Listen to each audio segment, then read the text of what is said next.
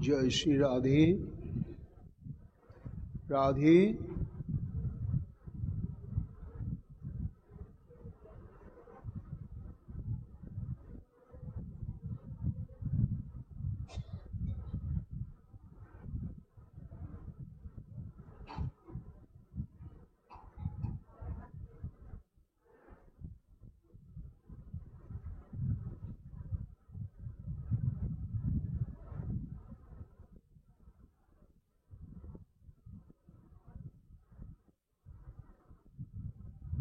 यस्य प्रसादात् भगवते प्रसादो यस्या प्रसादान्न गते कुतोऽपि ध्ययं स्तुवं तस्य यशस्त्रिसन्धं वन्दे गुरुश्री चरणरविन्दम्। गौर कृपा घनीभूतं प्रभं श्री हरिनंदन मम जीवन सर्वस्व भक्त्यानौमि पुनः पुनः। राधा कृपामयं वपुं श्री गुरुदिनतारकं प्रभं श्री गौरगोपालं भक्त्यानौमि पुनः पुनः।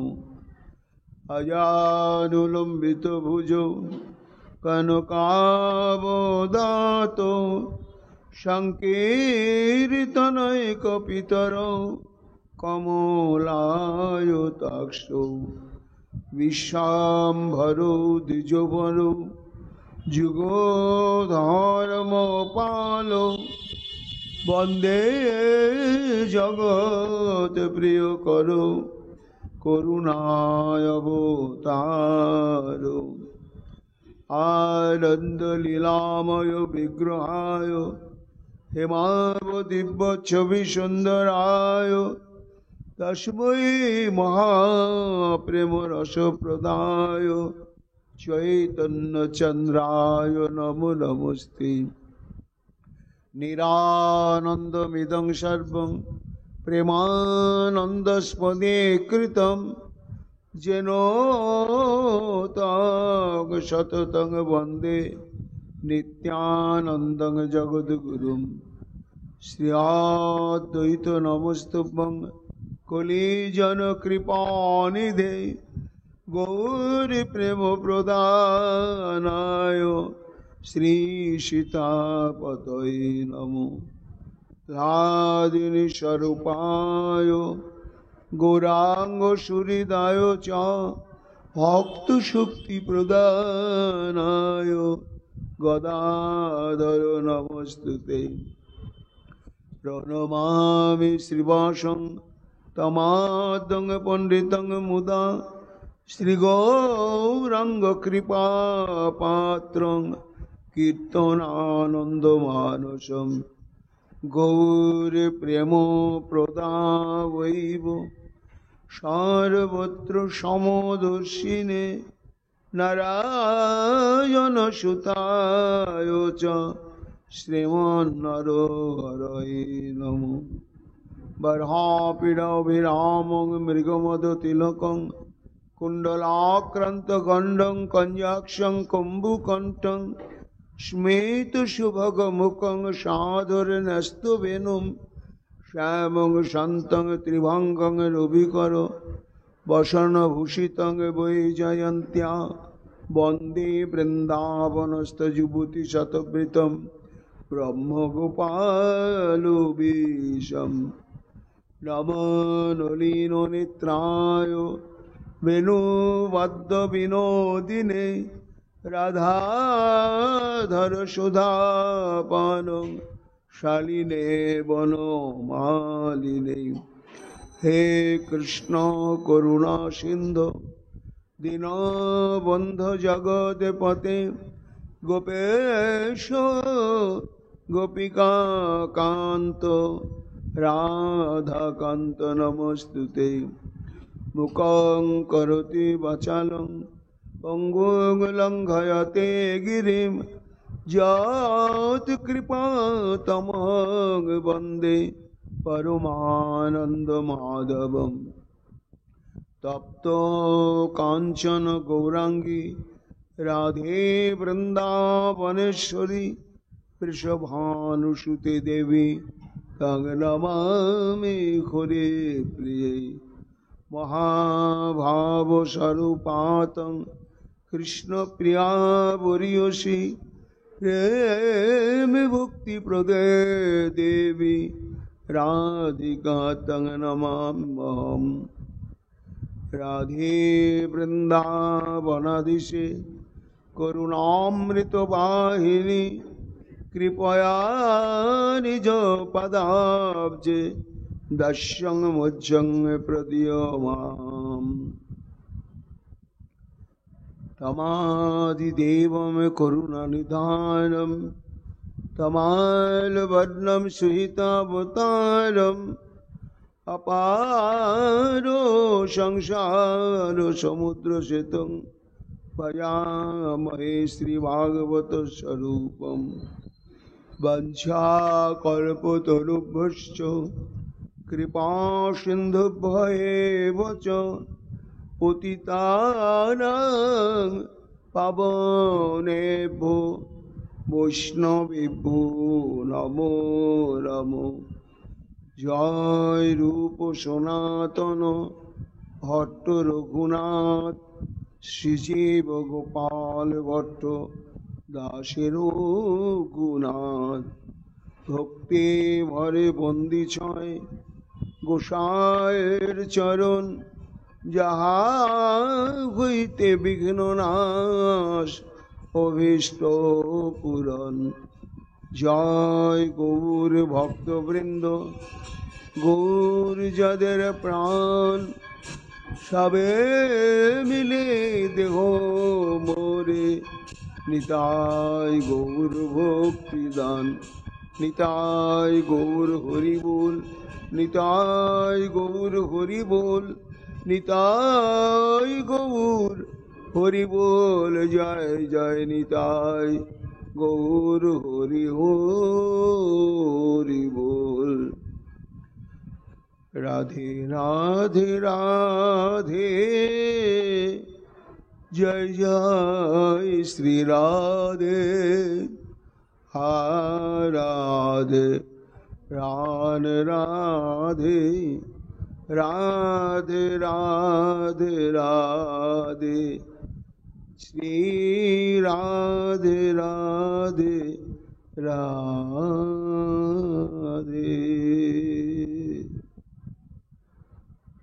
জয় শ্রী রাধে। শ্রী শুকোবাচ অথোদ্ধব নিশম্যৈবং কৃষ্ণ দর্শন লালসা শান্তয়ন প্রিয় সন্দেশৈ গোপীহৃদম অভাসত। সর্ববেদান্ত সার সর্বপুরাণ চক্রবর্তী ঈশ্বর পরম কৃষ্ণ শ্রীকৃষ্ণের শব্দ ব্রহ্মময় বিগ্রহ এই শ্রী শ্রীমদ্ ভাগবত মহাপুরাণের দশম স্কন্ধে 47তম অধ্যায়ে 22 সংখ্যক শ্লোকেতে পরমহংস চূড়ামণি শ্রীমৎ সুখদেব গোস্বামী পাদ মহারাজ পরীক্ষিতকে প্রথম স্কন্ধ হতে ধারাবাহিকভাবে ভক্ত ভগবানের কথা এবং তত্ত্ব রস বিস্তৃতভাবে পরিবেশন করতে করতে দশম স্কন্ধে ক্রমানুসারে শ্রীকৃষ্ণের মহা আবির্ভাব লীলা প্রসঙ্গ থেকে বর্ণনা করতে করতে ভ্রমর গীত অন্তে উদ্ধব সন্দেশ প্রসঙ্গে বলছেন। হে মহারাজ পরীক্ষিত, এই ভ্রমর যে এতক্ষণ ধরে গুঞ্জার করছিলেন শ্রীমতী রাধারানীর চরণ সান্নিধ্যে, এই ভ্রমরকে কেন্দ্র করেই যেন দিব্য উন্মাদবতী রাধারানীর দিব্য উন্মাদের ভাবোচ্ছ্বাস উদ্দীপিত হয়ে উঠল। উদ্দীপনের কারণ হল, কেন সামান্য একটি পতঙ্গ উড়ে উড়ে বেড়ায় ভ্রমর, কিন্তু সেই মহাভাব স্বরূপিণী শ্রীমতী রাধারানী ভ্রমরকে যেন ভ্রমর দেখছেন না, দূত রূপেই দেখছেন, কিন্তু প্রচ্ছন্নভাবে যেন নিজেরই প্রাণকান্ত প্রাণবল্লভ এসেছেন যে আমাকে হারিয়ে তোমাদের অন্তঃকরণে যে প্রেমের সিন্ধু, ভাবের সিন্ধু কতখানি আলোড়িত হচ্ছে, বিলড়িত হচ্ছে, সেটা আমি যদি সরাসরি চলে আসি তাহলে সাক্ষাৎ মিলনে আর সেই ভাবটি প্রকাশ হবে না। তাই যেন আত্মগোপন করে প্রচ্ছন্নভাবে ভ্রমর রূপেই সমাগত হয়েছেন। তাই হয়তো সাধারণ ভ্রমর হলে শ্রীমতী রাধারানীর অন্তঃকরণে এই ভাবের উচ্ছ্বাস উদ্দীপন বিভাবের দ্বারা প্রকাশিত হতো না। এই জন্য সুকমণি বলছেন, মহারাজ, কোন রসিক আস্বাদনকারী টিকাকারগণ এই ভ্রমরের রহস্য সম্পর্কে বলছেন। প্রেয়শ্বাস চিত্র জল্প মাধুরী পিপাসয়া কৃষ্ণ এব ভ্রমর রূপম অধাতিথি কেচিৎ।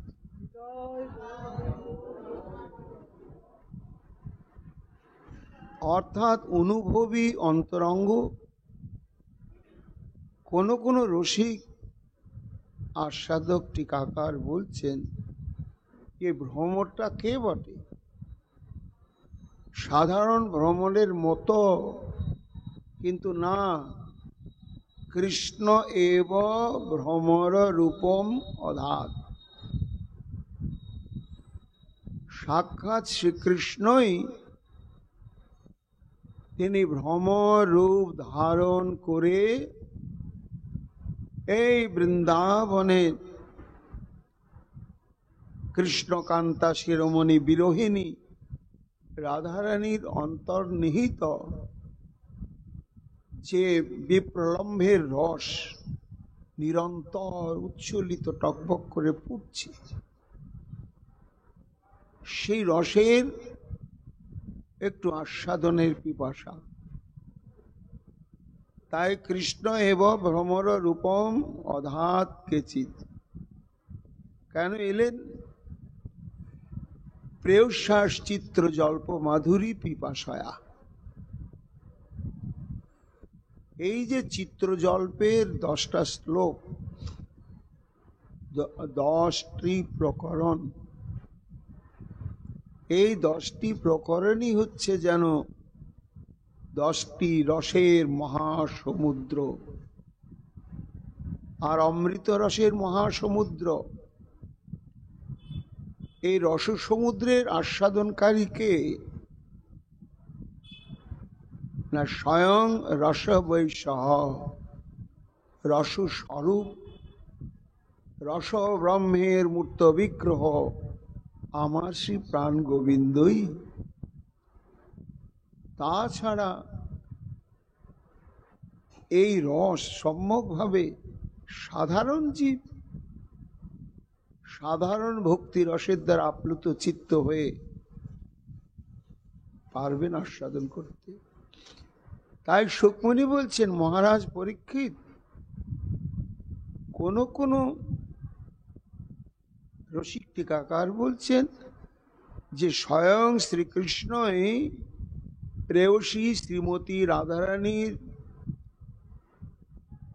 গীত, এই যে 10 প্রকার চিত্র জল্পের রস, এই আস্বাদনের লালসা থামতে না পেরে তিনি ভাবলেন, আমি যদি সাক্ষাৎ ভাবেই যাই তাহলে আমাকে সাক্ষাৎ ভাবে প্রাপ্ত হলে রাধারানীর এই রসটা থাকবে না, বিপ্রলম্ভ দশার থাকবে না, আর তাহলে এই 10 প্রকার চিত্ত জল্পের সংবাদ গোটা বিশ্ব রসিক জনের কাছে পৌঁছাবে না।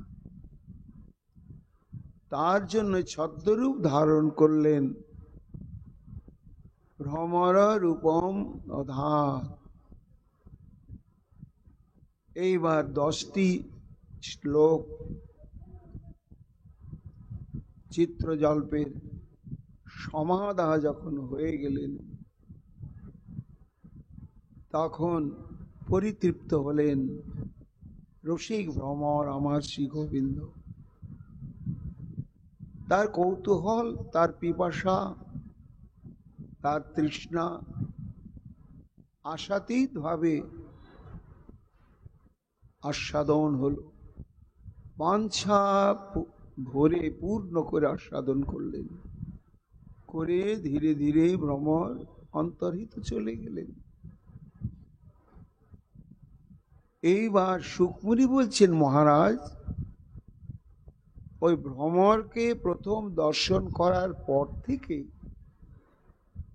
এসব দুর্গেয় তত্ত্ব, রসগ্রন্থ একটুখানি গুরু বৈষ্ণবের আনুগত্যে অনুশীলন করতে হবে। এই যে রাধারানীর ভাব সিন্ধুতে বিভিন্ন রকম সঞ্চারী ভাব এসে সম্মিলিত হয়, হয়ে কতগুলো অবস্থার সৃষ্টি হয় ক্রমানুসারে। তাই প্রথম ভ্রমরকে দর্শন মাত্রেন, আবার উদ্ধব সেখানে রয়েছে। কেননা গোবিন্দ দেখছেন, আমি যদি ভ্রমর রূপে যাই আর আমাকে অনুভব করে রাধারানীর এই যে চিত্র জল্প, এই সংবাদটা বা জগতে প্রচার হতে হবে, তো তা আমি তো আস্বাদন করতে এসেছি, প্রচার করতে তো আসিনি। তাহলে তৃতীয় পক্ষে একজন কেউ থাকতে হবে, যে আমাদের দুজনার উপস্থিতিতে যে রসসমুদ্র মন্থন হয়ে তার নির্যাস, তার মাখনটা যে উঠল, তার স্বাদ কেমন, সেটি ব্রহ্মাণ্ডে প্রচারের জন্য তৃতীয় একজন কেউ থাকতে হবে না। সেটি হচ্ছেন ওই উদ্ধব। তা উদ্ধব যে আছেন রাধারানী তা জানেন না। এইবার প্রথম ভ্রমরকে দর্শন করার সঙ্গে সঙ্গে দিব্য উন্মাদিনী রাধারানীর ভাবের সমুদ্রটা একেবারে উথাল পাতাল হয়ে প্রথম ঢেউ উঠল। তখন রসদার্শনিকগণ বলছেন যে একটা ঢেউ যখন উঠল তখন তার নাম হচ্ছে ভাবোদয়। তার পরবর্তীকালে যখন আরো একটা ঢেউ দুটো তরঙ্গ উত্থিত হলো, তখন তার নাম হলো ভাব সন্ধি। তারপরে যখন একের পর এক এই যে 10টি ভ্রমর গীত, এই 10টি যে চিত্র জল্প, এই 10টি ঢেউ, তাই যখন 10টি ঢেউ একেবারে উথাল পাথাল করে দিলে রাধারানীর সেই হৃদয় সমুদ্রকে, নিতাই গৌর হরি বল, হা গৌর হা নিতাই, হা বৈষ্ণব নিতাই গৌর হরি বল। যখন রাধারানীর হৃদয় সাগরে এই 8-10টি ভাব একই সঙ্গে তরঙ্গায়িত হচ্ছে, তখন তাকে বলা হয় ভাব সংমর্দ, ভাবোদয়, ভাবসন্ধি আর ভাব সংমর্দ বা তাকে ভাব সাবল্য বলে। একটা ঢিল যেমন উপরে ছুঁড়ে দিলে তার গতিবেগ যতক্ষণ থাকে একটা নির্দিষ্ট সীমানা পর্যন্ত ওঠে, তারপরে গতিবেগটা যখন শেষ হয়ে যায় ওখান থেকে তখন আর উপরে উঠতে পারে না, নিচের দিকে নামতে থাকে। ঠিক তেমনি ভ্রমরটি চলে যাওয়ার পরেতে শ্রীমতী রাধারানীর একের পর এক যে ভাবোদয়, ভাব সন্ধি,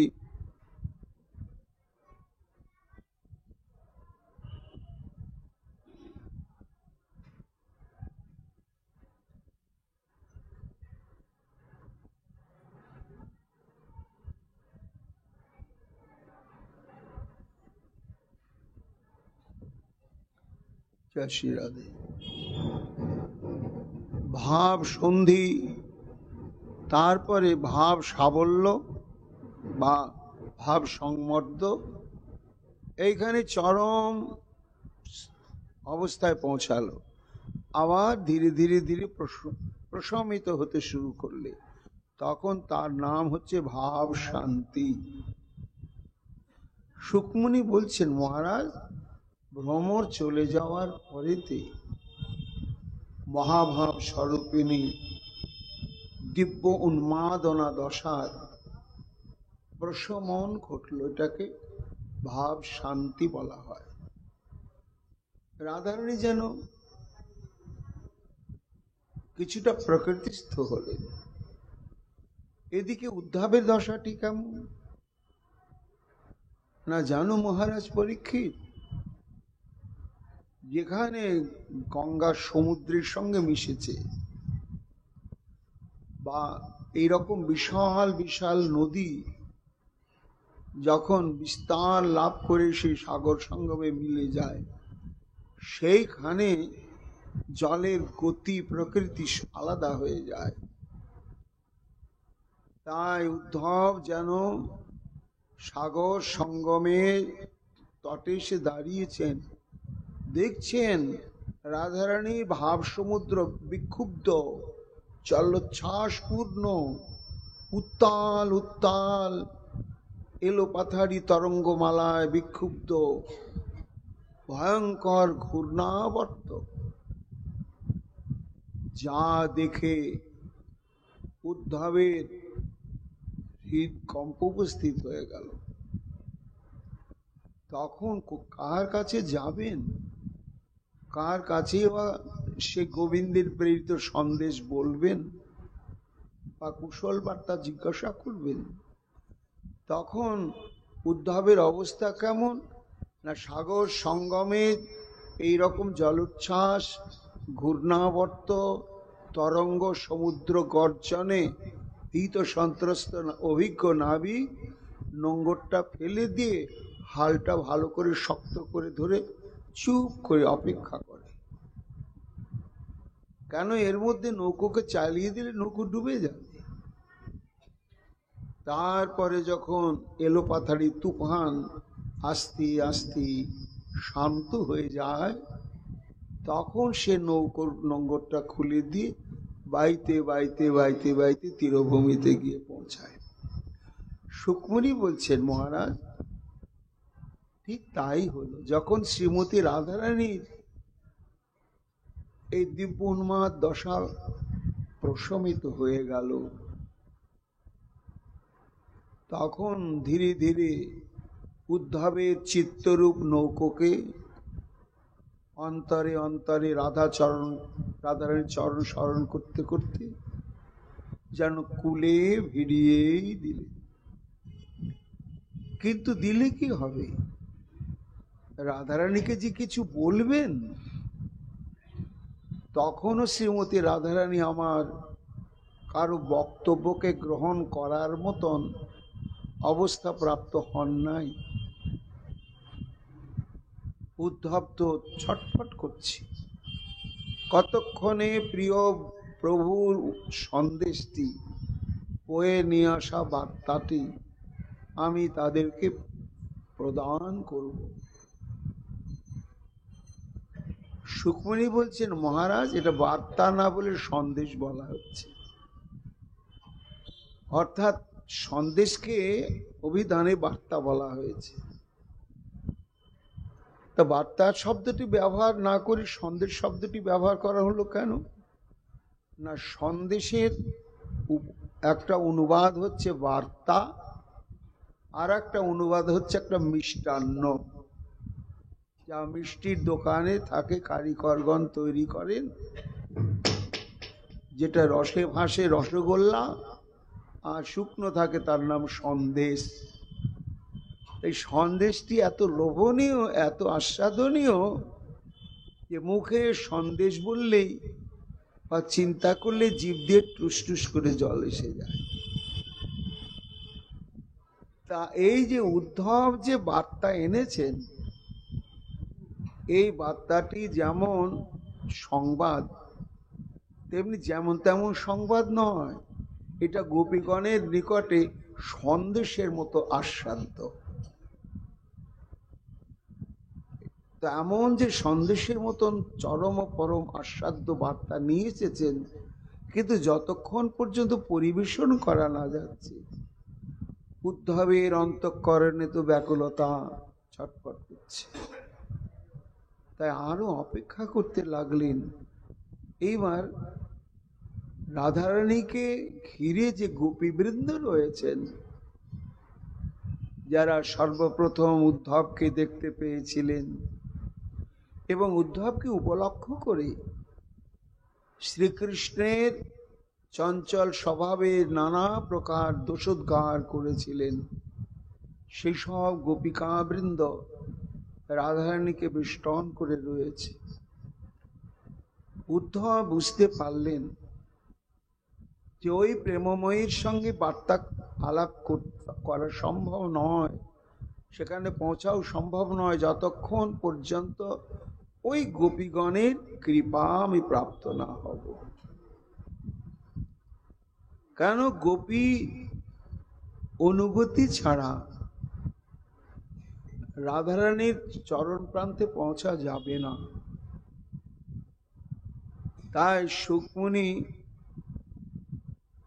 বলছেন, মহারাজ, তখন উদ্ধব গোপীগণের দিকে একটু প্রার্থনা ভঙ্গিময় দৃষ্টিতে তাকালেন। হে গোপীগণ, আমি যে সন্দেশ অপূর্ব আস্বাদ্য বস্তু এনেছি, সেটা যথাস্থানে যে পরিবেশন করব, কিন্তু পরিবেশটা তো এখনো অনুকূল হলো না, তোমরা কৃপা করো। গোপীগণের দিকে তাকিয়ে যেন উদ্ধবের মনের এই রকমই একটা বক্তব্য, যে গোপীগণের দিকে দৃষ্টি দিয়েছেন উদ্ধব, আর গোপীগণেরও দৃষ্টি পড়ল উদ্ধবের প্রতি। এতক্ষণ কিন্তু উদ্ধব সেখানে উপস্থিত রয়েছেন, অনতি দূরে গোপীগণ জানেন, কিন্তু দিব্যোন্মাদিনী রাধারানীর এই চিত্রজল্পের যে গীত, তাতে মুগ্ধ হয়ে গোপীগণ পর্যন্ত বিস্মিতা হয়ে তটস্থা হয়েছিলেন। এইবার যখন উদ্ধবের এই প্রার্থনাময় ভঙ্গির দৃষ্টি সম্পাত হলো, তখন সুখমণি বলছেন, মহারাজ, ওই গোপীগণ যেন নয়ন ইঙ্গিতে ঠেলে ঠেলে রাধারানী যাতে শুনতে না পান, বললেন, ওগো দূত, শোনো, আমাদের রাধারানী রাধা তত্ত্ব, রাধা প্রেম, রাধা ভাব, রাধা রস, রাধা রূপমাধুরী এবং রাধা মহিমা কিঞ্চিত কি অনুভব করতে পারলেন? এই এতক্ষণ ধরে যা শুনলে, যা দেখে, এটি যেন তারা মুখের ভাষায় বললেন না, ওই চাহনিতেই যেন এই ভাবটা ব্যক্ত করলেন। তখন উদ্ধবের অন্তঃকরণে একটা সাহস ফিরে এলো যে এইবার যদি আমি কিছু বক্তব্য বলতে শুরু করি তাহলে এই গোপীগণের অধিদেবী অধীশ্বরী রাধারানী শুনুক না শুনুক এরা তো শুনবেই, এবং এরা শুনলেই পরম্পরাক্রমে শ্রীমতী রাধারানী ও শ্রবণ করবেন। এই বলে সুকমণি বলছেন, মহারাজ তখন প্রিয় সন্দস্যের গোপীর হৃদয় অভাসত, অর্থাৎ বয়ে আনা শ্রীকৃষ্ণ কর্তৃক প্রেরিত যে বার্তা বা সন্দেশ, সেই সন্দেশের দ্বারা তাদের এই বিরহ উন্মাদ দশাকে সান্ত্বনা দেবেন, শান্ত করবেন, এই উদ্দেশ্যেই উদ্ধব বলতে লাগলেন। পরীক্ষিত বলছেন, কি বললেন গুরুদেব? তবে শোনো। শ্রী উদ্ধব উবাচ, এইবার রাধারানী রয়েছে আর গোপীগণও রয়েছে, কিন্তু উদ্ধবের মানসিকতাটা এমন, রাধারানীকে সরাসরি বলতে গিয়ে যেন তার হৃদয়টা কাঁপছে, যা রাধারানীর স্বরূপ আস্বাদন করেছেন, তাই এমন ভাবে বলছেন কিছু বক্তব্য, সেটা আপাত দৃষ্টিতে মনে হচ্ছে গোপীগণকেই বলছেন, কিন্তু না, গোপীগণকে উপলক্ষ করে পরোক্ষে ওটা রাধারানীকেই বলা হচ্ছে। এইবার উদ্ধব এতক্ষণ পরে প্রথম কথা বললেন। কি বললেন? অহো জিয়ং স্ম পূর্ণার্থা ভবত্ব লোক পূজিতা বাসুদেবে ভগবতী যশা মিত্তর্পিতং মন।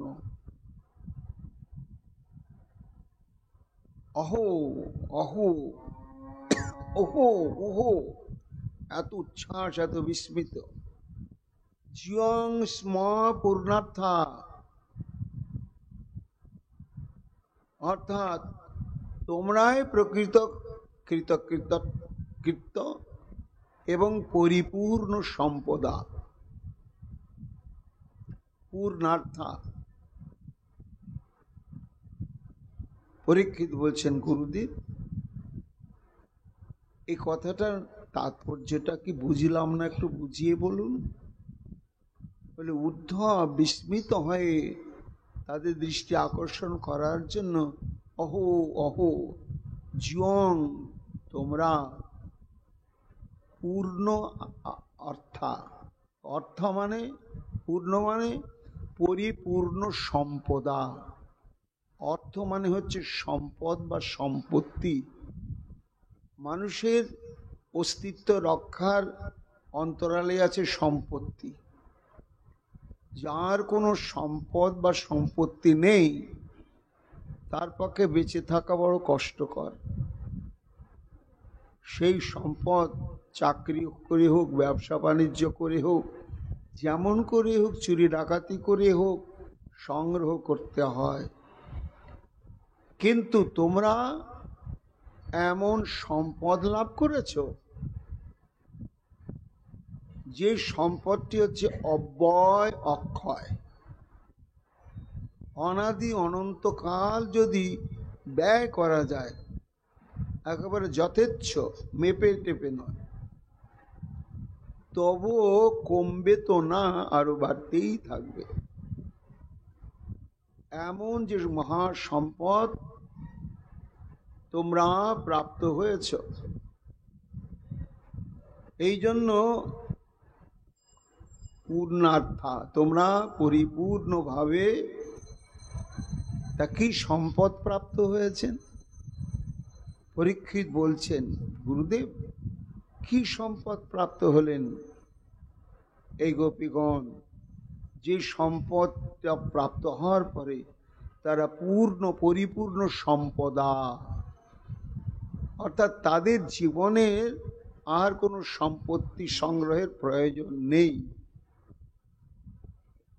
একেবারেই নেই। তা সেই সম্পত্তিটার স্বরূপ কি?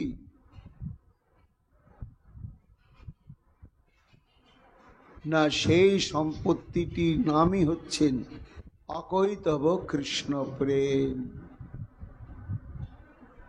সেই ভাব গাঢ় হইলে ধরে প্রেম নাম, সেই প্রেম প্রয়োজন সর্বানন্দ ধাম। কি পাওয়ার জন্য আমাদের বেঁচে থাকতে হবে? অর্থ উপার্জন কেন বা করতে হবে? আর এত জপ ধ্যান ভজন সাধন কেন করতে হবে? কোন সম্পত্তি পাওয়ার জন্য? না, সেই প্রয়োজনীয় সম্পত্তিটার নামই হচ্ছে অকৈতব কৃষ্ণ প্রেম। প্রেমের স্বরূপটি কেমন? সর্বানন্দ ধাম। অর্থাৎ মানুষের জীবনে যত যত প্রকার আনন্দানুভূতি পাওয়ার সম্ভাবনা রয়েছে, সমস্ত আনন্দ প্রাপ্তির সম্ভাবনার আধার বা পাত্রই হচ্ছে অকৈতব কৃষ্ণ প্রেম। এই প্রেমটি দুর্লভ। অকৈতব কৃষ্ণ প্রেম যেন জাম্বু নদহেম, হেন প্রেম নীলোকে নাহি হয়, হয় না। সেটাই, সেই প্রেমটাই যে মহা সম্পত্তি, মহাধন। এই ধনটি প্রাপ্ত হলে জড় জগতের সমস্ত ধনকেই, মণিমাণিক্যকেই নিকৃষ্ট বলে মনে হয়। তাই মহাজন বলছেন, যে ধনে হইয়া ধনী, মণিরে মানো না মণি, মোরে দেহ তাহারও খানি, এত বলি নদী জলে ফেলিল মালি। বর্ধমান জেলার মানকরের ব্রাহ্মণ, কন্যাদায়গ্রস্ত, হতদরিদ্র ব্রাহ্মণ, অর্থ সংগ্রহের সামর্থ্য নেই। তাই আশুতোষ অর্থাৎ ভোলেনাথ বাবা বিশ্বনাথের দরবারে কাশীধামে এসে তিনি হত্যা দিলেন, ধর্ণা দিয়ে পড়ে থাকলেন। তখন বিশ্বনাথজি প্রত্যাদেশ করলেন, ব্রাহ্মণ যাও, আমি তুষ্ট হয়েছি তোমার ব্যাকুলতায়, তুমি বৃন্দাবনে যাও। সেখানে দ্বাদশাদিত্য টিলাতে ঝুপড়ির মধ্যে একজন কাঙাল বৈষ্ণব দর্শন পাবে, তার কাছে গেলেই তোমার এই সমস্যার সমাধান হয়ে যাবে। তা ব্রাহ্মণ তো স্বয়ং ভোলেনাথ প্রত্যাদেশ করেছেন, একেবারে বিশ্বাসে বুকটা ভরে গিয়েছে। আনন্দে বৃন্দাবনে খুঁজতে খুঁজতে, তখনকার বৃন্দাবন তো শহর নয় আর এত জনবহুলও নয়, দ্বাদশ আদিত্য টিলায় যখন উপস্থিত হলেন, তখন গোসাই কি দেখছেন? অস্থি চর্ম কঙ্কাল সার শরীর, আর হাঁটুর উপর পর্যন্ত একটা ছেঁড়া ফাটা বহির্বাস পড়া, আর মাটির দু চারটে পাত্র আর ঝুপড়ি, এছাড়া কোনো কিছুই নেই। তখন ব্রাহ্মণ চিন্তা করছেন, ভোলেনাথ কি আমার সঙ্গে ছলনা করলে? আমার বিবাহযোগ্যা কন্যা বিবাহ দিতে গেলে যে পরিমাণ অর্থ এ খেতেই পায় না, মাথা গোজার জায়গাটুকুনও নেই, আর তার পরিধানের একটা বস্ত্র সংগ্রহ করারও পয়সা নেই, এই আবার আমার কি করবে? কিন্তু তবু ভোলেনাথ যখন প্রত্যাদেশ করেছেন, তখন অবিশ্বাস করা যাবে না। কি দণ্ডবত প্রণাম করলেন। কেন না, তিনি দারিদ্রতার চরম অবস্থায় থাকলেও উঠাধিকান্বিত হলে প্রণাম করে এইবার মনের কথা ব্যক্ত করলে। তখন গোসাইজি প্রথমে তো বুঝতেই পারেননি যে ভোলেনাথ আমার কাছে পাঠিয়ে দিলেন ব্রাহ্মণ তোমাকে। দেখছো তো আমার পরিবেশ, তবে পাঠালেন কেন? আহা, তত্ত্ববেত্তা তো তিনি, হঠাৎ মনে হলো না, সর্বান্তর্যামী ভোলেনাথ জানতে পেরেছি কি না, গতকাল আমি যখন যমুনায় স্নান করে উঠছিলাম তখন একটা পরশ পাথর ঠেকেছিল, তো বিষয়ের স্পর্শ হলো, আমার ভজনটা অনেক ক্ষতি হয়ে গেল। তাই কি করব, তাকে ফেলে দেব না? পরে ভাবলাম যে আমার কাছে এটি তো তুচ্ছ এবং ভজন বিঘাতক, কিন্তু সংসারী মানুষের কাছে এটার অনেক প্রয়োজন আছে। তা বালির মধ্যে একটু রেখে দিই, যদি কারো কোনো উপকার লাগে। তা বৈষ্ণবের স্বভাবই হচ্ছে পরের উপকার সাধন করা। তাই তিনি বালির মধ্যে ওটি যত্ন করে ঢেকে রেখে দিয়েছিলেন। এইবার মনে হয়ে গেল সেই কথা, হ্যাঁ ভোলে বাবা তো এটা জানেনি, তাহলে এই জন্য পাঠিয়েছেন। আর ভালোই হলো, এর উপকারে লাগবে। তখন চলো চলো ব্রাহ্মণ চলো, সেই যমুনার বালির চড়ার মধ্যে গিয়ে ছেঁড়া বহির্মাসটা আরো গুটাচ্ছে, উপরে তুলছে, আর দূর থেকে দেখাচ্ছে ওই যে একটু বালি উঁচু করা আছে, ওই বালিগুলো সরালেই যা পেয়ে যাবে। তুমি কেন, তোমার গ্রামের ব্রাহ্মণ পল্লীর যত বিবাহযোগ্যা কন্যা সব উদ্ধার হয়ে যাবে। ব্রাহ্মণ ভাবছে, এমন ভাবে দেখাচ্ছে যেন কোনো ঘেন্নায় দেখাচ্ছে নোংরা নোংরা জিনিস। তো সরাতে সরাতে হাতে ছিল লোহার আংটি, যেই পরশ পাথরটা থেকেছে আর সোনা হয়ে গিয়েছে। হ্যাঁ, ব্রাহ্মণ ভাবছে হারি সর্বনাশ, এটা তো পরশ পাথর। ও হো, জয় হোক বৈষ্ণব, জয় হোক বৈষ্ণব। তখন আনন্দে সেই পরশমণিটা বুকে ধরে ছুটছি, বারবার প্রণাম করে কৃতজ্ঞতা প্রকাশ করে। কিন্তু যেতে যেতে কি হলো, ক্ষণমিহ সজ্জন সঙ্গতি রেখা ভবতী ভবার নবে তরণে নৌকা। ওই যে এক মুহূর্তের জন্য গোসাইজির সঙ্গ হলো, কথোপকথন হলো, ভাব বিনিময় হলো, গোসাইজির গায়ের বাতাসটা গিয়ে ব্রাহ্মণের গায়ে লাগলো। এই ক্রিয়াতেই তখন তার মনের মধ্যে ভাবের উদয় হয়ে গিয়েছে, অনেক দূর চলে গিয়েছে। তারপরে মনে হচ্ছে, আরে এটা তো পরশ পাথর, তাহলে গোসাইজি তো এটা জানেন, এটা পরশ পাথর, আর এটা দিয়ে কি হয় এটা উনি ভালো বোঝেন। তা যে খেতে পায় না, গাছতলায় থাকে, একটা ভালো বস্ত্র সংগ্রহের যার ক্ষমতা নেই, তো এই পরশ পাথরটা তত্ত্ব তো তিনি জানতেনই। তাই এটা দিয়ে তো তিনি স্বচ্ছন্দে জীবনযাপন করবার জন্য সুন্দর বাড়ি, সুন্দর আহার বিহারের ব্যবস্থা করতে পারতেন। কিন্তু এত বড় দুর্লভ বস্তুটি আমাকে এমন ভাবে দেখালে যেন নোংরা অস্পৃশ্য কোনো বস্তু। কেন, এর কারণটা ভাবছে, আহা, আর সাধুর কৃপা হচ্ছে তো।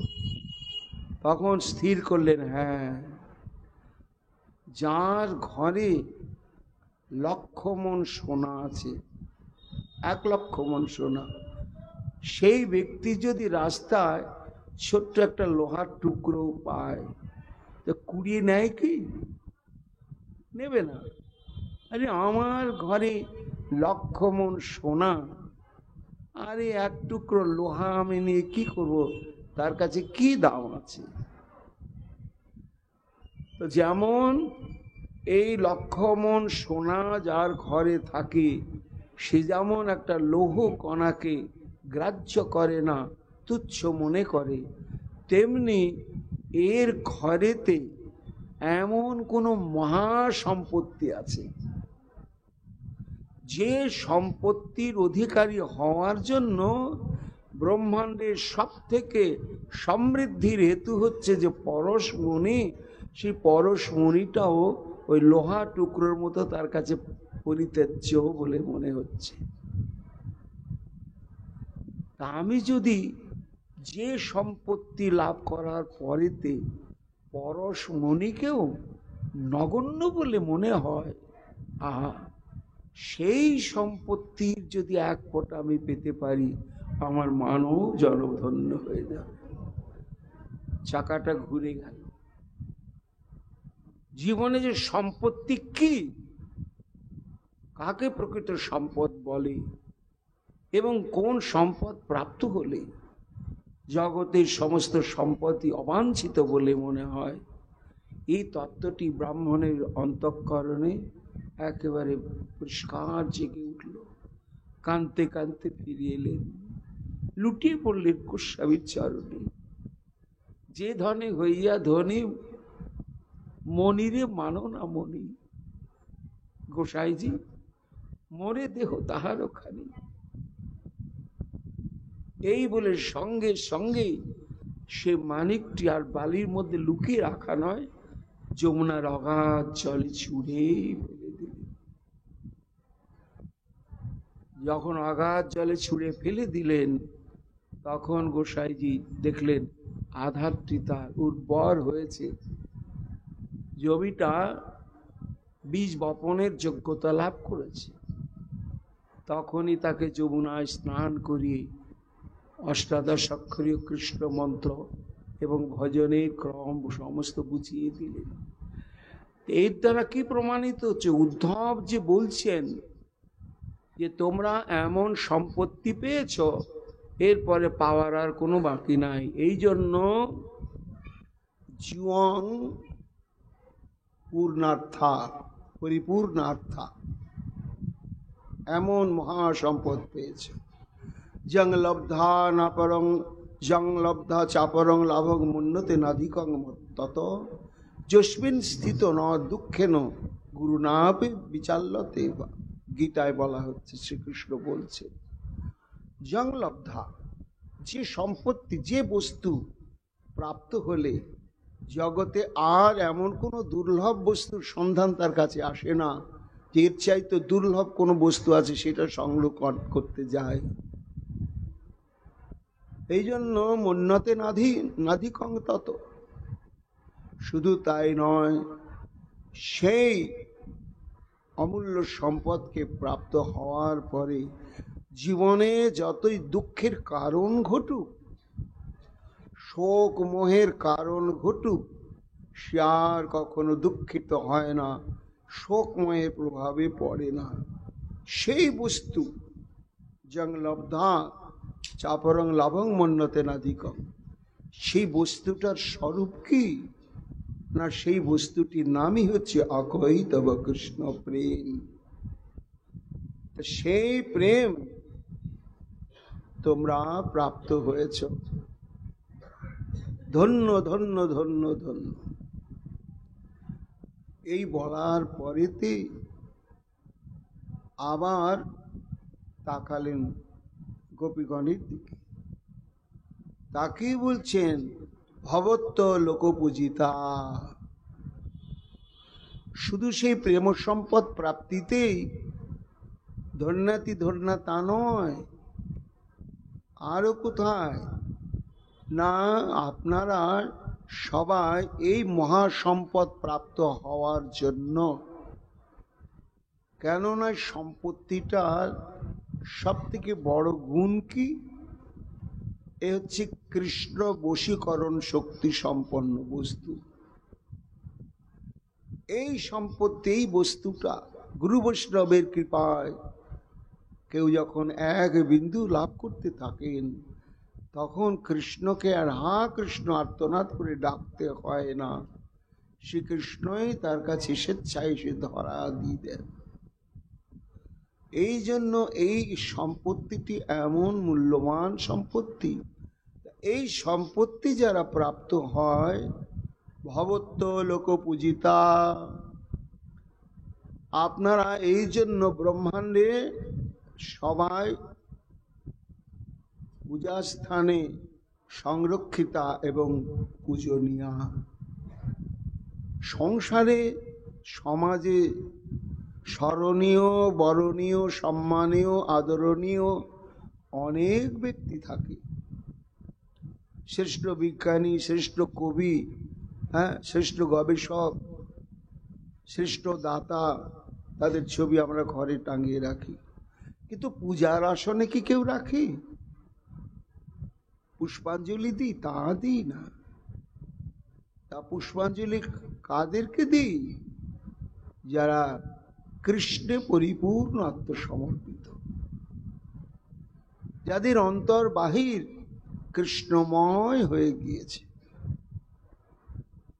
তখন তাদের চিত্রপট পূজার আসনে বসিয়ে একটু পূজা করলে মনটা শান্তি লাভ করে।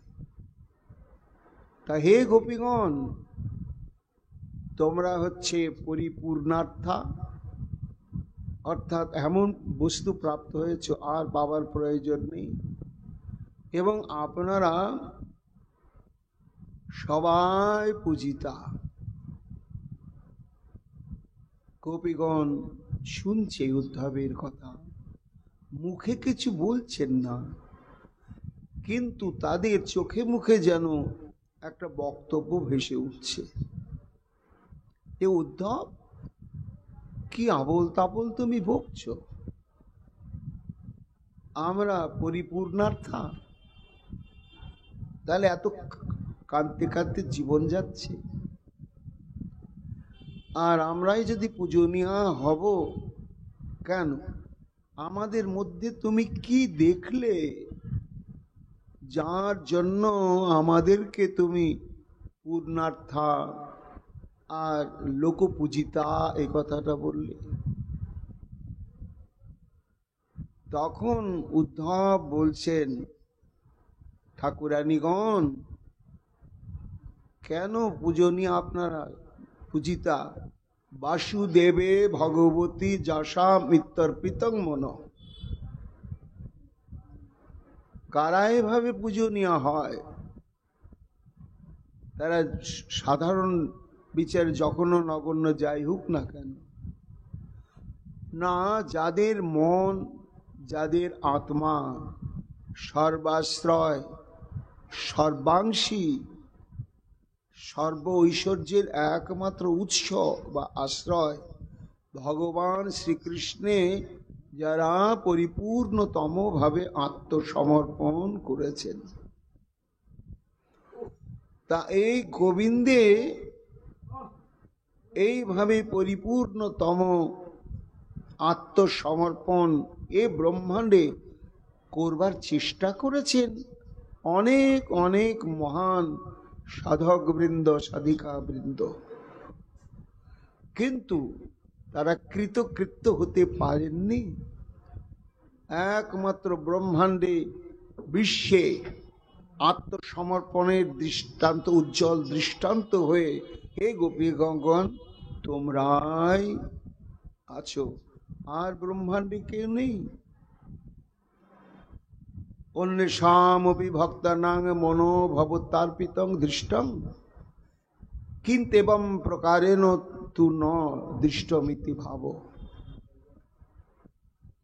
অর্থাৎ হে গোপীগণ, অন্যেষামপি ভক্তানাং মনো ভগবতার্পিতং দৃষ্ট।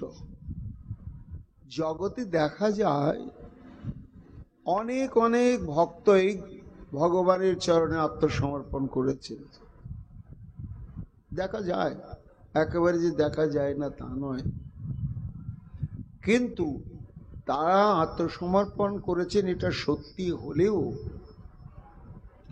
তোমাদের যে আত্মসমর্পণ, গোপিকাগণের যে আত্মসমর্পণ, এই আত্মসমর্পণ নত দৃষ্টমিতি ভাব, এ কোথাও দেখা যায় না। আর এইরকম আত্মসমর্পণের দৃষ্টান্ত যে হতে পারে এটা বিচারেরও বাইরে।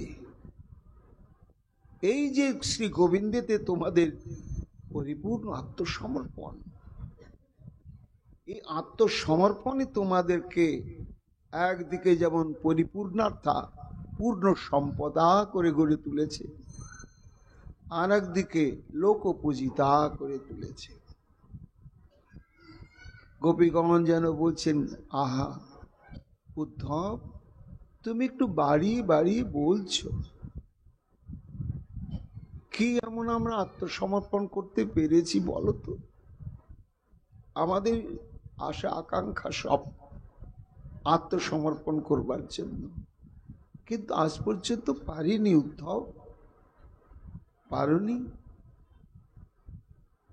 যা পেরেছ তাই তো ব্রহ্মাণ্ডে কারো দ্বারা সম্ভব নয়। গোপীগণ, লোকধর্ম, বেদধর্ম, দেহ ধর্ম, কর্ম, লজ্জা, ধৈর্য, দেহ সুখ, আত্মসুখ মর্ম। লোডশেডিং হলে আর জব করতে মনটা বসে না।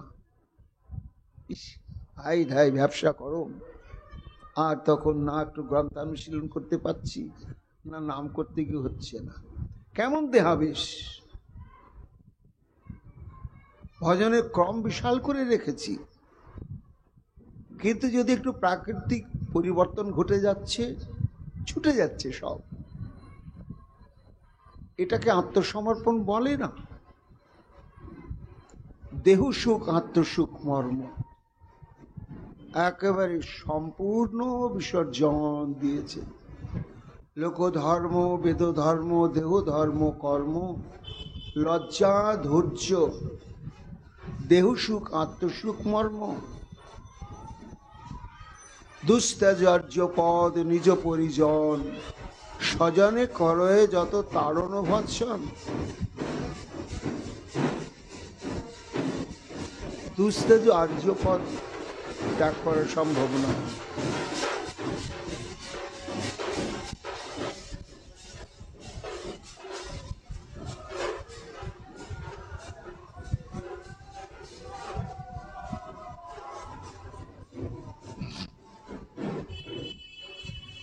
অর্থাৎ যেখানে ধর্মের ভয় ভয়ঙ্কর রূপে রয়েছে, পাপ পুণ্য বিচার বোধ ভয়ঙ্কর ভাবে রয়েছে, এমন যে আর্যপথ পরিত্যাগ করা, স্বজন করে যদি তাড়ন ভৎসন, কৃষ্ণ ভজন করতে গিয়ে যদি শারীরিক মানসিক অত্যাচারে জর্জরিত হতে থাকে, তখন মনে মনে হয় আমার তো হয়, থাক, এত অত্যাচার সহ্য করা যায় না। কিন্তু হে গোপীগণ, তোমরা তা করেছ কেন? আত্মসমর্পণের জন্য। সর্বত্যাগ করি করে কৃষ্ণের ভজন, কৃষ্ণ সুখ হেতু করে প্রেম ও সেবন। এত গ্লানি, এত অত্যাচার, এত লাঞ্ছনা, এত গঞ্জনা, তারপর যখন এক মুহূর্তের জন্য কৃষ্ণ সঙ্গ লাভ হয় তোমাদের, কৃষ্ণকে সেবা করবার যখন এক বিন্দু সৌভাগ্য প্রাপ্ত হও, তখন সব ভুল হয়ে যায়। সেই তোমরা সর্বত্যাগ করি করে কৃষ্ণের ভজন, কৃষ্ণ সুখ হেতু তোমরা করো প্রেম ও সেবন। এই জগতে কে এমন আত্মসমর্পণ করতে পেরেছে আর ভবিষ্যতে পারবে? একেবারেই পারবে না। তার জন্য এই যে তোমরা পূর্ণ সম্পদার অবস্থা প্রাপ্ত হয়েছ এবং লোকপূজিতা দশা প্রাপ্ত হয়েছ, এর একমাত্র কারণই হচ্ছে শ্রীনন্দ গোবিন্দের চরণেতে তোমাদের পরিপূর্ণ আত্মসমর্পণ। এটি দৃষ্টান্ত জগতে তোমাদেরকে সামনে রেখে আমাদের গুরু আনুগত্যে আত্মসমর্পণের পথে ধীরে ধীরে অগ্রসর হতে হবে। এই জন্যই, এই কারণেতেই আমি যা অনুভব করলাম বৃন্দাবনে এসে, মথুরায় আমি বুঝিনি তোমাদের কি তত্ত্ব, তোমাদের কি প্রেম এবং তার শ্রেষ্ঠত্ব কোথায়, কিন্তু আমার গোবিন্দ কৃপা করে পাঠিয়েছিলেন গোপীগণ। তাই যেন আমার প্রত্যক্ষ অনুভব হলো।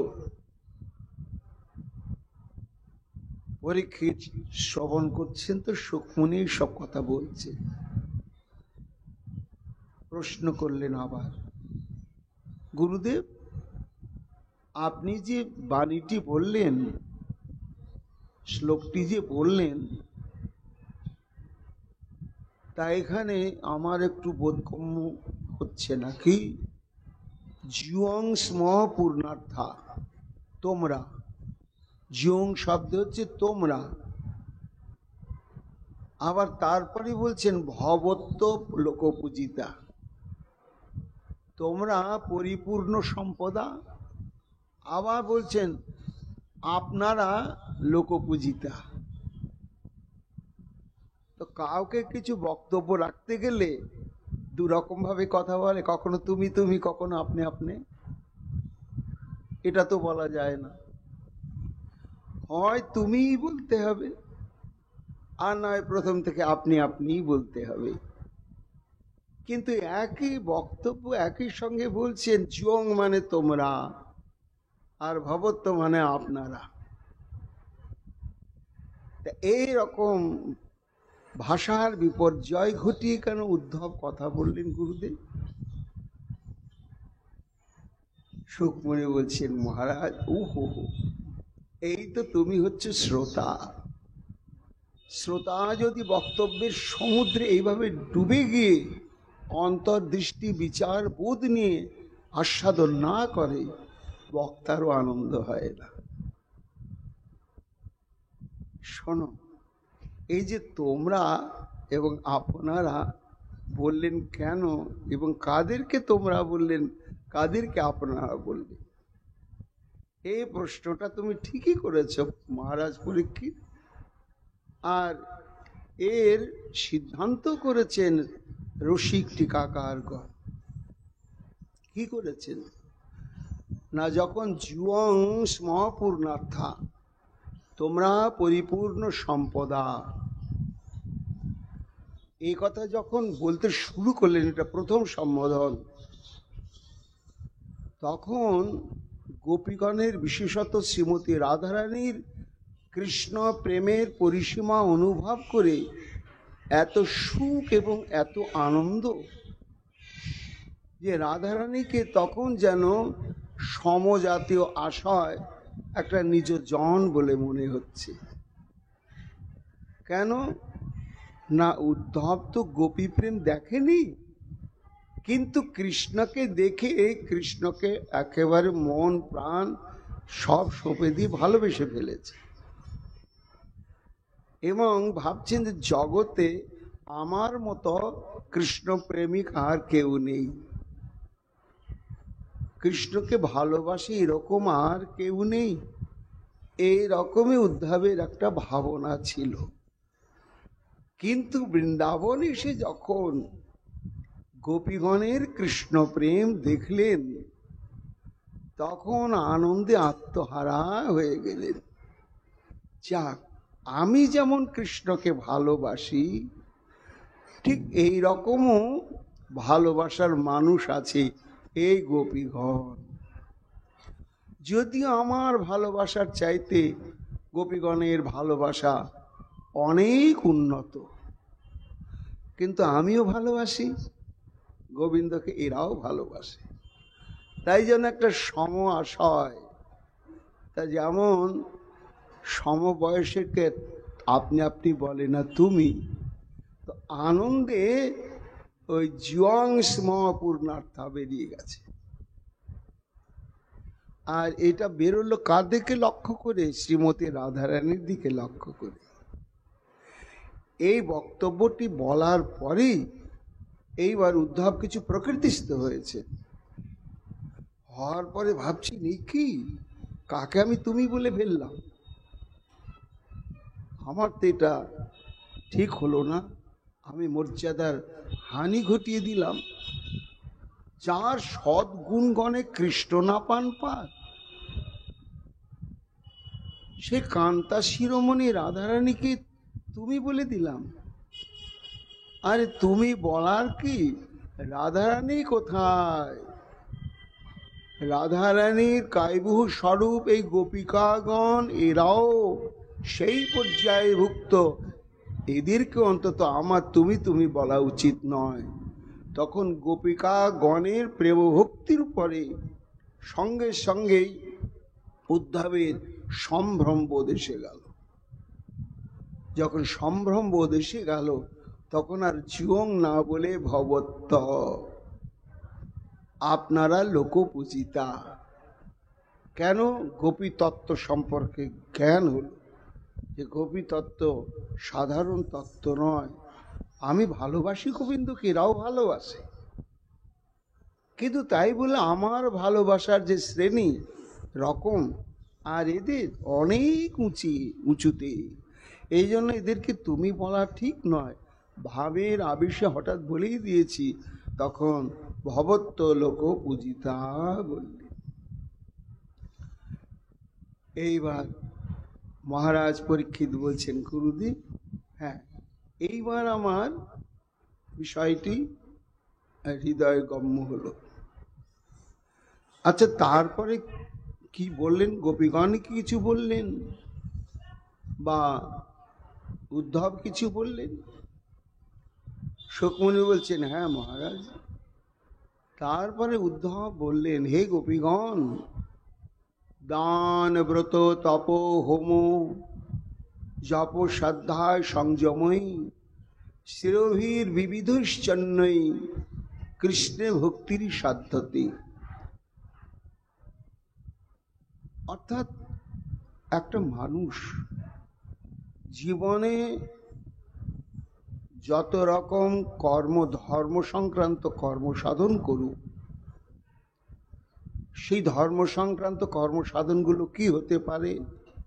দান, ব্রত, তপস্যা, হোম, জপ, বেদ বা ভাগবত বা শাস্ত্র অধ্যয়ন, সংযম, এই যে সাধন প্রচেষ্টা, এই সাধন প্রচেষ্টা যখন শ্রীকৃষ্ণের উদ্দেশ্যে হয় তখনই সেটা ভক্তিতে রূপান্তরিত হয়ে যায়। তাই হে গোপীগণ, তোমরা যে শ্বাস প্রশ্বাস পরিত্যাগ করো, তোমরা যে স্নান করো, এমনকি মল মূত্রাদি যে পরিত্যাগ করে শৌচাদি করো, এটাও তোমরা জানো যে কৃষ্ণের জন্যই করছি। তা যেখানে সাধারণ দৈহিক ধর্ম কেন, দান, কৃষ্ণ সম্বন্ধযুক্ত দানটা কখন হয় না? ভিখারিকে দান করলে এটা পুণ্য কর্ম হয়, কিন্তু কোনো বৈষ্ণবকে যখন দান করছি ওটা ভক্তি হয়ে গেল। কাঙালকে দান করছি ওটা পুণ্য কর্ম হলো, কিন্তু বৈষ্ণবকে যখন শ্রদ্ধা সহকারে কিঞ্চিত দান করছি ওটাই ভক্তি হয়ে গেল। ব্রত, কি ব্রত? অনেক অনেক ব্রত, প্রায় 500 550 প্রকার ব্রতের কথা পুরাণে আছে। তো সেই সমস্ত ব্রতগুলো হচ্ছে মানুষের সাংসারিক, শারীরিক, মানসিক, ঐহিক এবং পারত্রিক কল্যাণ সাধনের ব্রত। কিন্তু কেউ যদি এই সমস্ত ব্রত বা উপবাস ইত্যাদি কৃষ্ণ সম্বন্ধযুক্ত নিয়ে করেন, যেমন এই যে আজকে হরিবাসর তিথি, আজকে আমাদের ব্রত, এমনি দামোদর ব্রত রয়েছে, আবির্ভাব তিথিগুলো ব্রত, এই ব্রতগুলো যারা পালন করছেন তখন ওটা ভক্তি। জপ করছে, সেই জপটা যদি শ্রীকৃষ্ণ সম্বন্ধযুক্ত হয় তখন ওটাই ভক্তি। শ্রদ্ধায় শ্রবণ বা অধ্যয়ন করছেন বেদাদি শাস্ত্র বা ভাগবতাদি কৃষ্ণ বিষয়ক, তখন ওটাই ভক্তি পর্যায়ে ভুক্ত হয়ে যাচ্ছে। সংযম, কাম ক্রোধ লোভ মদ মাৎসর্যকে যুদ্ধ করে করে সংযম করবার জন্য প্রতিজ্ঞাবদ্ধ হয়ে চলছে।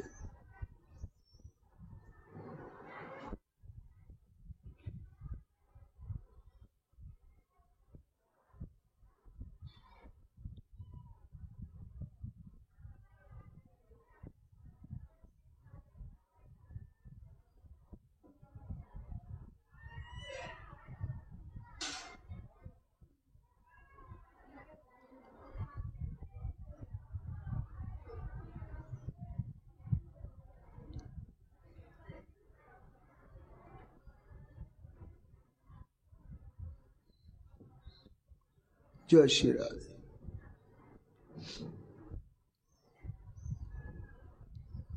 এইরকম সংযম প্রচেষ্টা যদি কৃষ্ণে উদ্দেশ্যে কৃষ্ণে নিবেদিত হয়ে সাধিত হয় তখন তার নামই ভক্তি। তা জগতে যদি কৃষ্ণের উদ্দেশ্যে সাধারণ মানুষের অখিল কর্ম প্রচেষ্টা যদি হয় সেটাকে যদি ভক্তি বলা হয়, হে গোপিকাগণ, তোমাদের তো জীবনের যত প্রকার কর্মানুষ্ঠান সবই তো একমাত্র শ্রীকৃষ্ণের পরিপূর্ণ প্রীত্যার্থে অনুষ্ঠিত হচ্ছে। এই জন্য তোমাদের যে ভজন সেটি হচ্ছে ভক্তির চরমতম উচ্চ কক্ষায় সীমিত। সামান্যতম কর্ম যদি কৃষ্ণের উদ্দেশ্যে করা হয় ভক্তি হয়। যার জন্যই প্রাথমিকভাবে গোবিন্দ অর্জুনকে বললেন, যৎ করসি যদস্নাসি যজ্জসি দদাসি যৎ যৎ তপস্যসি কন্তেও তৎকুরুষ্ব মদর্পণ। কিছু যখন ভজন সাধন পারছো না, পারবে না, করো না, কিন্তু বেঁচে থাকতে গেলে তো কিছু কর্মানুষ্ঠান করতে হবে। হ্যাঁ, অর্জুন বলছেন তা করতে হবে। তা তুমি যা কর্ম করবে সেই কর্মটা সৎ হতে পারে, অসৎ হতে পারে, যাই করো সব আমাকে দিয়েই করো। যদ অশ্নাসী, যা তুমি ভোজন করো আমাকে দিই। যা যজ্ঞ সে যে হোমের কথা বলা হয়েছে, হোম আদি ক্রিয়া করো, দান করো, তপস্যা করো, সব আমাতে সমর্পণ করেই করো। তাহলে তোমার সব কর্মগুলো ভক্তি ধর্মে রূপান্তরিত হয়ে যাবে। এই যে কৃষ্ণের উপদেশ, এটি হচ্ছে একটা সাধারণ উপদেশ, যার জন্য রায় রামানন্দ সংবাদে রায় রামানন্দ এটাকে মহাপ্রভু বললেন এ হো বাহ্য আগে কহো। কিন্তু সাধারণের ক্ষেত্রে এটা প্রয়োজন আছে। কিছুই যখন পারি না তখন সৎ অসৎ কর্ম যাই করি গোবিন্দ তোমার জন্যই করছি, এটা বিশ্বাস নিয়ে এবং তার উদ্দেশ্যে করা। এইখানে ভক্তির সাধনটা শুরু হয় পরিমার্জিত নয়, অপরিমার্জিত অবস্থায়, অশুদ্ধ অবস্থায়। পরে আস্তে আস্তে আস্তে সেটা শুদ্ধ ভক্তিতে রূপান্তরিত হয়ে যায়। এর একটা সুন্দর দৃষ্টান্ত আছে। যদ অশ্নাসী, একজন সাধারণ মানুষ তার ইচ্ছা ভজন সাধন করবে, কিন্তু এই মানুষের নিরামিষ খাওয়া, তিলক পরা, বেশভূষা, এত উপবাস ব্রত, এত নিয়ম কানুন, ও ভয় পায়। আমার ভজন সহজ উপায় আছে কিনা। তা একদিন কোথাও পাঠ শুনতে গিয়েছে, গীতা পাঠ হচ্ছে, গীতার নবম অধ্যায় রাজবিদ্যা রাজগুচ্ছ যোগ এটা হচ্ছে। এখন পাঠক বলছেন, ভগবান শ্রীকৃষ্ণ বলছেন যা কিছু করা হোক, খাওয়া হোক, যদি গোবিন্দকে অর্পণ করে করা হয় এটাই বিরাট ভজন। এখন গীতার বাণী, ভগবান উবাচ, ভগবান নিজেই বলছেন। এখন ওর মনে এটা বিশ্বাস এসে গেল, তাহলে আমি যা খাবো তা গোবিন্দকে দিয়ে খাবো। আর গোবিন্দ তুমি খাও এইটুকুনি তো বলতে পারবো। সে লোকটি খুব আমিষভোজী, মৎস্যভোজী, খুব প্রিয় খাদ্য তার। এখন সে তাহলে আমি যা খাই ঠাকুরকে দিয়েই খাবো।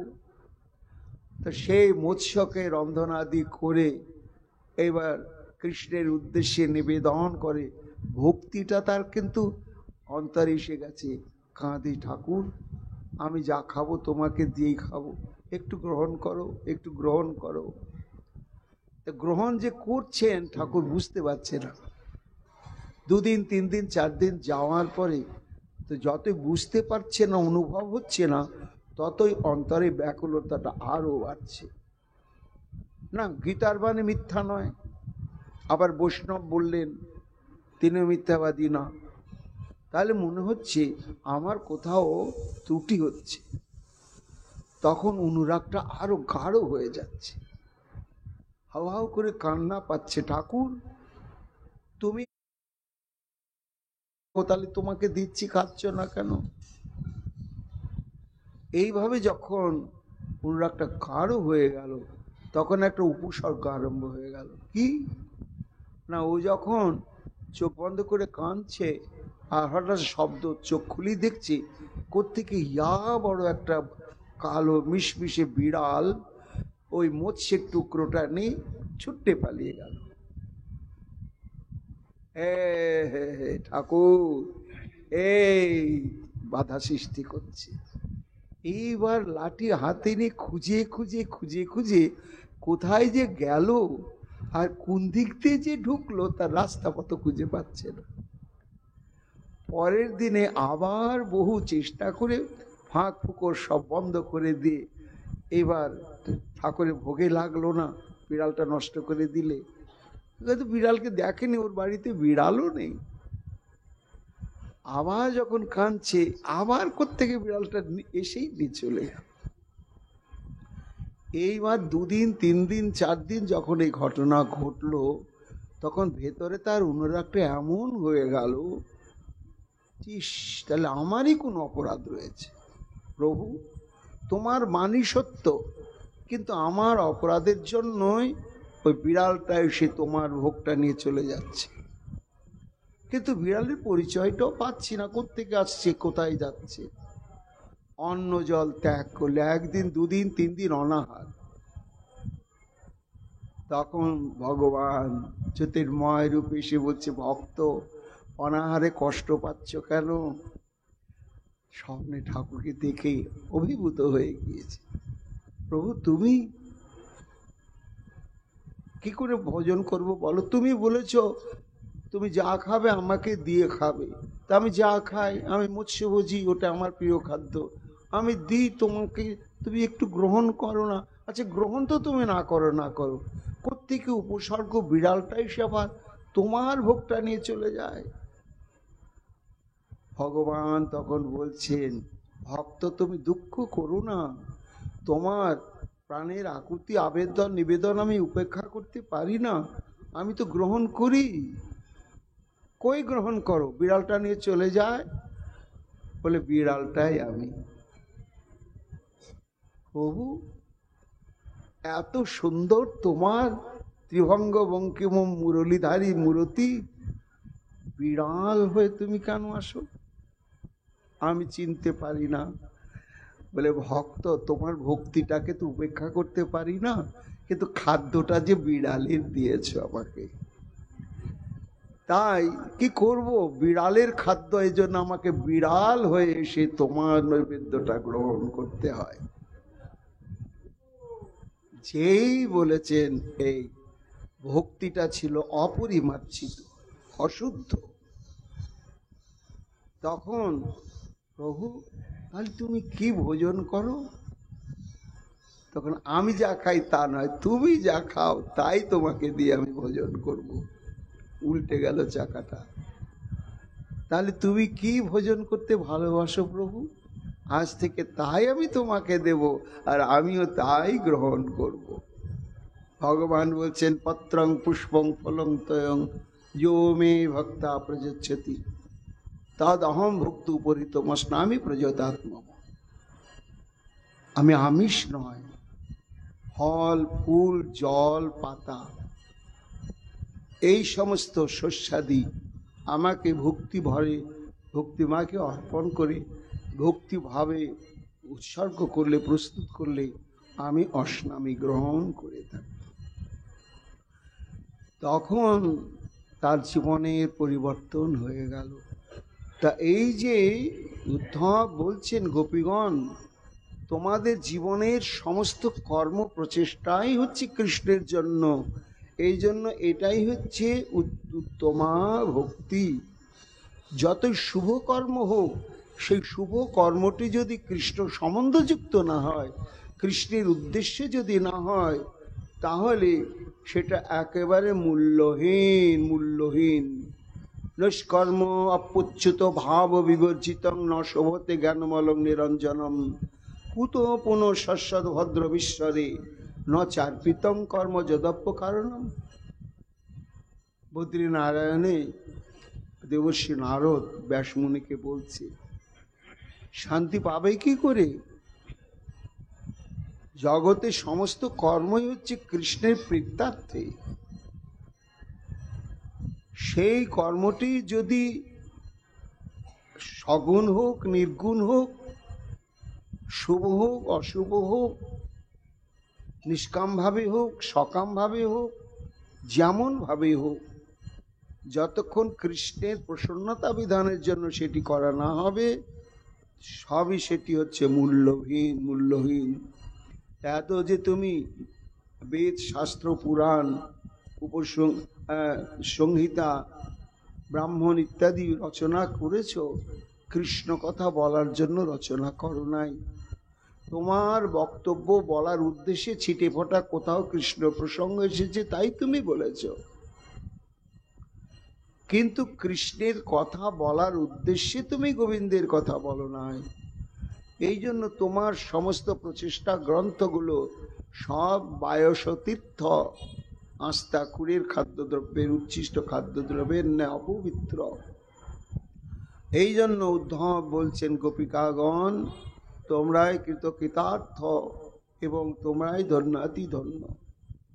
এরপরে গোপীগণ কি উদ্ধব আবার কি বললেন, আগামীকাল আমরা তার শ্রবণ কীর্তন করব। এখনকার মতো ভাগবতী কথা এখানেই বিশ্রাম লাভ করছে। নিতাই গৌর হরি বল।